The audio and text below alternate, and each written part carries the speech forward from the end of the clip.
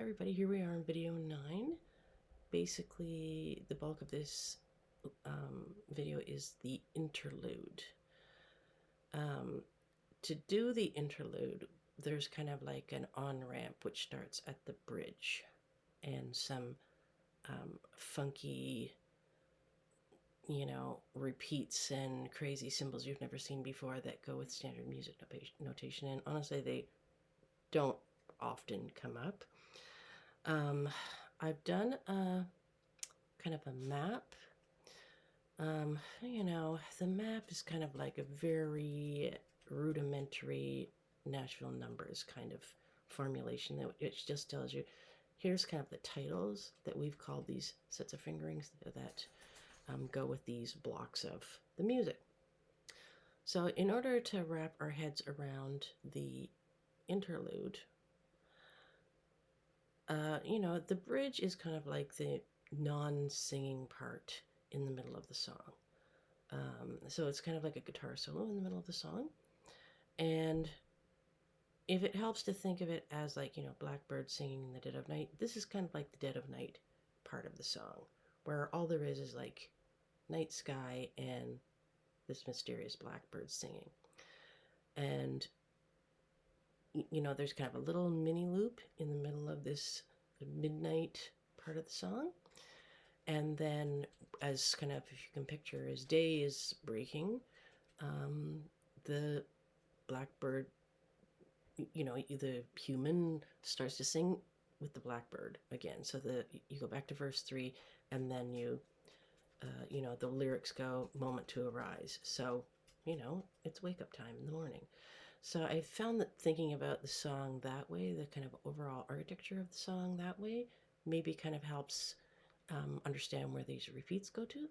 But I think what we'll do is take a look. There's only one different set of fingerings for the interlude. So, and I think the more important part is to look at where these symbols take us. So we'll just hit the alternate fingering or the new fingering when we get to that section. It's not even very complicated. It's just we haven't looked at it before. All right, we'll do this, following along bit by bit. I'm gonna keep my video, my teaching head up in the corner here, and try to utilize this 2-page, over the page PDF, because that's kind of where the 2 pages that concern us the most in this part of the song. So this is like, if the whole song has 4 pages, this is pages 2 and 3. All right, so let's go over here to the bridge. I'm going to keep it a little bit on this smaller screen so that we can see where we're going when we go over to page 3, but I'll blow up the screen, or I'll enlarge the screen when we get to the part where we need to see it better. Okay. I'm not going to worry too much about consistent rhythm at this point, because we're just trying to, get ourselves accustomed to this loop. We're at this part, bridge, and this is this F natural with A formation. F natural with an open D. C to E. C with a E. Now we have that B flat we talked about.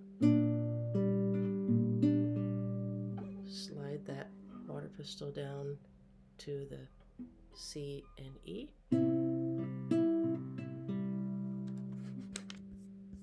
Here we go over to this where it continues. F natural and A again.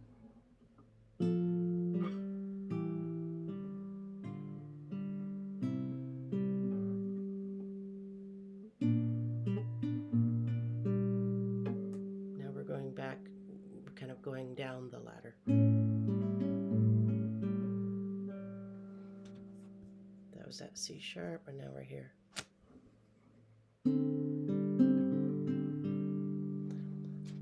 And now this looks confusing because they're saying there's a new time signature. You know, for the most part, ignore it. This little 2/4 bar is a little bit of is the odd man out, the odd person out, because it's just there to fit in this kind of landing that takes you to the what looks like the intro all over again. So now we're going back to the 3/4 time, which you recognize from the intro. And there's the interlude. Here we have this set bit of text saying to coda. And that we don't need to look at right now. So we're just going to, on the first time that shows up, we're going to ignore it. We're just going to play right through it and go to the interlude. Okay, so that was us on a C natural and a D. And then instead of kind of landing on what seems like a finish to that section, we're kind of like starting over with the intro.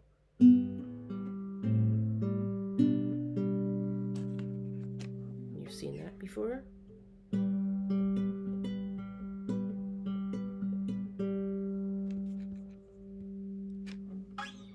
C with an E.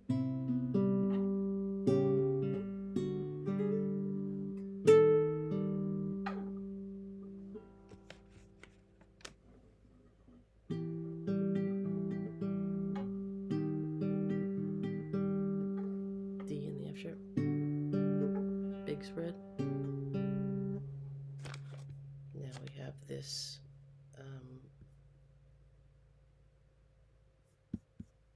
C natural. We're going to slide the water pistol up to that with index finger on the bass note C.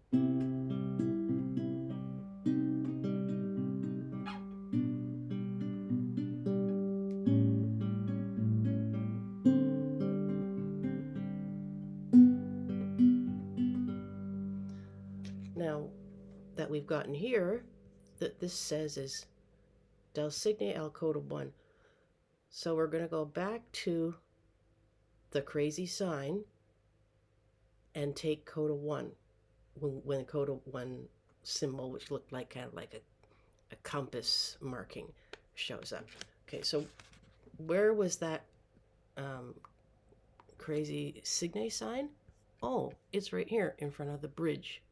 So basically when you see that DS, a coda 1, you're going to the bridge. So we've just played, you know, we're coming into the finish on what would be like the verse, I suppose. And we remember that the bridge was this F natural to A formation. So we're going to do that whole thing again until we get to that compass marking.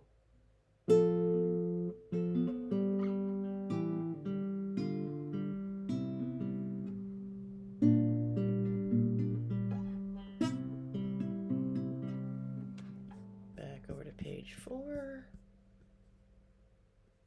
And then we can see this is coming up here. One more repeat of the bridge opening.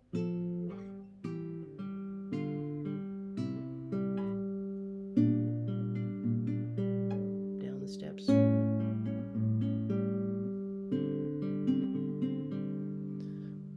Now, this is the part where we go to coda 1. Okay, where's coda 1? We don't see coda 1 here. This is the end of page 3. Now we're going to page 4. Oh, there it is. Symbol, the sort of compass marking circle with a north, south, east, west in the middle of it.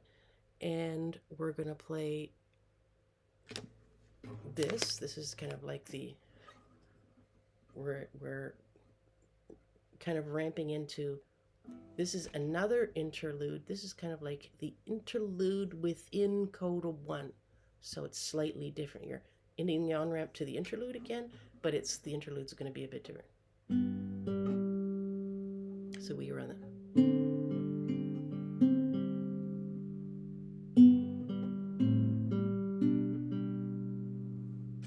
Now what we have is our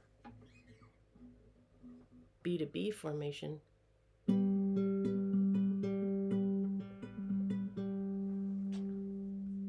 Another set of those, 3.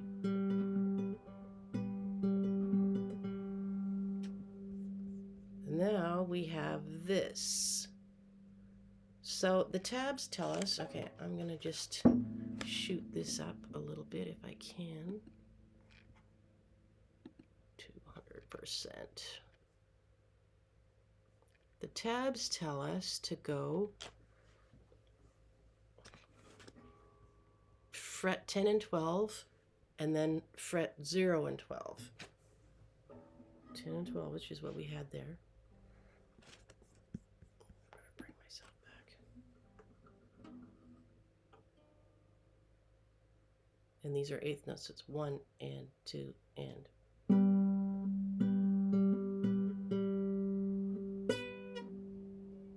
So we have 1.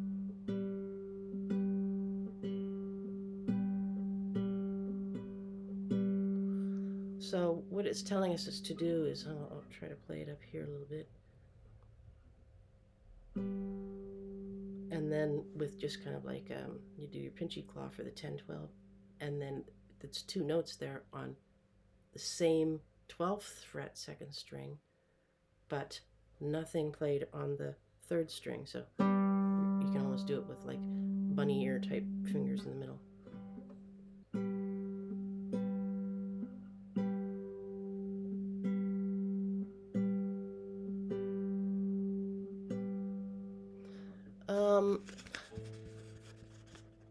There's something I don't love about that. It doesn't give you enough distinction. Like I've seen other places that just go, oh, you've got your water pistol shape on the 10 and 12 and your lobster claw, but they're just going, do the double stop, the 2 notes together pinch, and then do your drone in the middle. Lobster claw, pinch, drone in the middle. And I think the difference between like the 1 note and the 2 notes is easier for you to hear where you are. Okay, so let's try this. I'm going to do this 2 together and then index finger on the mid-range drone.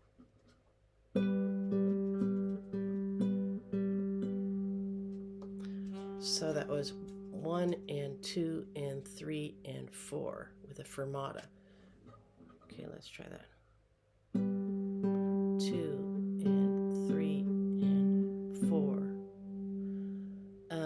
Fermata is this, looks like a, like a polytunnel for gardeners, like a hoop house with a little circle in it, and that just means hold it. If you're a high school band student, that's hold it for as long as the director tells you until they bring down the first beat. If you're just playing with your singer, you're going to look at each other and see when you're both ready to go to the next bit. This particular arrangement doesn't have what you'll hear sometimes in the song, which is a glide down to the beginning. Okay, so let's try, and a glide would look like, there isn't really one here. I'll see if I can find a picture and put it in the finished video. But let's go back to a bigger screen here. So we're doing, oops.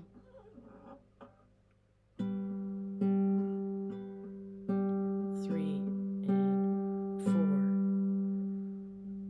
And then what that you do is just keep your finger, to get the glide, you keep your fingers lightly on this water pistol shape. And you can slide it and then lift up. You're getting ready to land this ring finger on the bass note G, because that's what's indicated as what's coming next, which as we get to the end of this first coda. So we've got this fermata, or you can put a glide in. So here's our glide.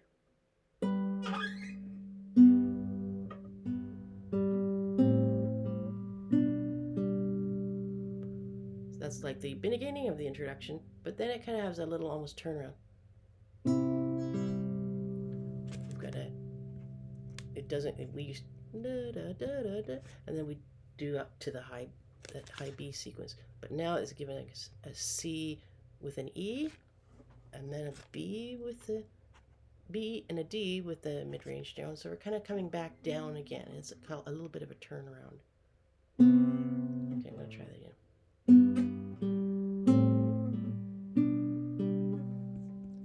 C. B.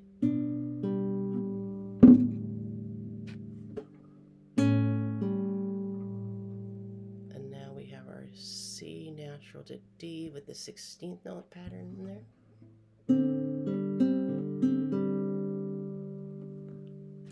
And that is the end of the coda 1. Okay, where do we go next? DSS Al coda 2. So you won't remember this. I certainly would have.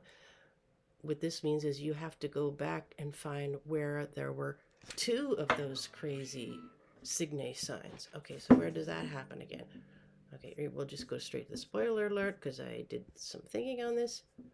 And look at the verse. So here we are at the top of the song, page 1. At the top of the verse, we have 2 of these crazy signs. Crazy, well, like they almost look like romantic dollar signs kind of thing at the verse. So when our coda, the end of coda 1 says go back to sign, and then take coda 2, we know that sign is basically verse 3, and we're heading into the home stretch. Okay. So now you can see that we're coming into the outer shell of the song again. We're outside of the middle of the night, where the vocalist is starting to come in again with the words, with the lyrics. So let's just, for the sake of getting our bearings, take this verse 3 and see where we were supposed to go with when we take coda 2. All right, so we're going Blackbird, singing in the dead of night. That's our what it says for verse 3 there.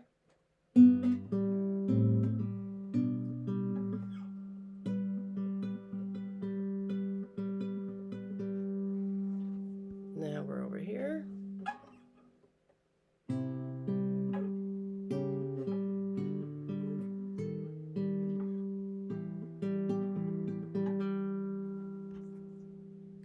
That's our E flat to G we talked about before.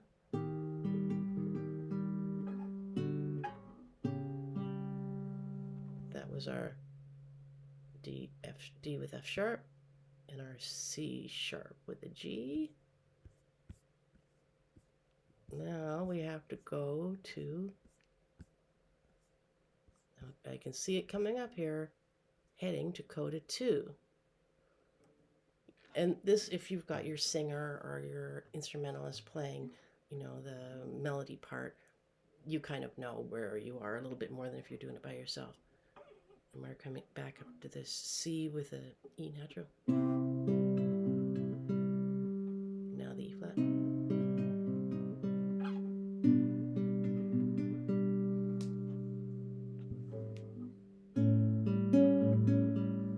So we just got to the end of that pattern.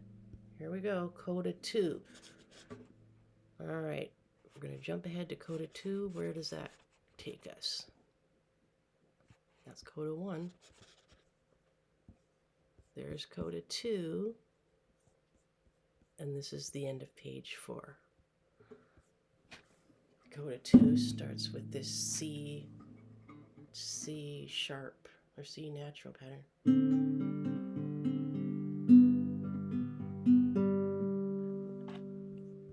Coda 2 is basically mostly this outro. And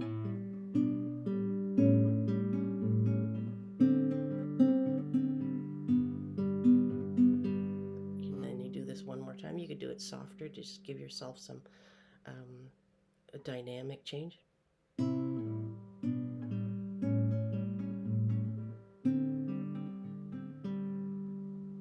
you've got a bass G and a B note.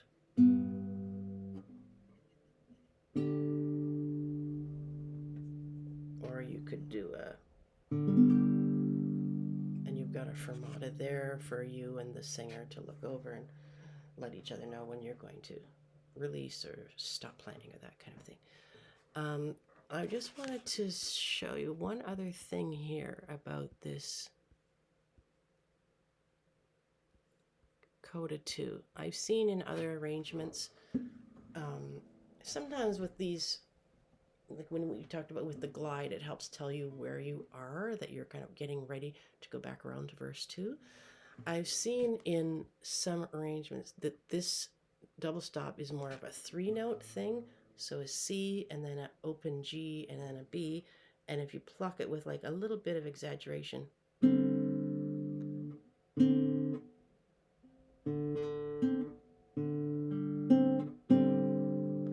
that is can be another clue to, your duo that you're coming into the outro. Just exaggerate a little bit.